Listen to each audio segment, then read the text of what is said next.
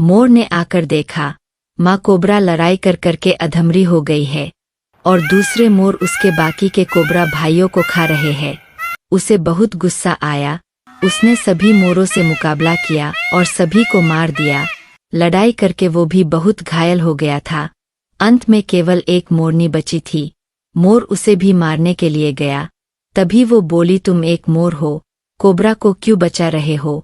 मोर बोला, क्योंकि ये कोबरा मेरी माँ है और तुम लोगों ने मेरे भाइयों को मारा है। मोरनी कुछ देर तक ध्यान से सोचने लगी और बोली, मैं ही तुम्हारी असली माँ हूँ। मैंने ही तुम्हें कोबरा के घोंसले में रखा था, क्योंकि मैं इतनी जल्दी बच्चे को पालने के लिए तैयार नहीं थी। मैंने सोचा था कोबरा तुम्हें खा जाएगी, पता नहीं था कि उसने तुम्हें अपना लिया होगा। तुम मुझे जो सजा दोगे दे सकते हो बेटा।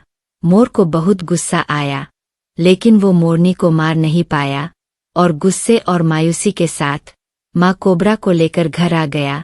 माँ कोबरा बहुत घायल हो गई थी। लग रहा था कि मानो ये उसके जीवन के आखिरी पल हो।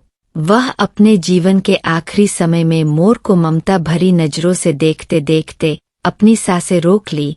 मोर भी बहुत घायल हो गया था और ऊपर से माँ कोबरा के बारे में सोच सोच कर और भी कमजोर हो रहा था। कुछ समय बाद उसने भी अपनी सांसें रोक ली।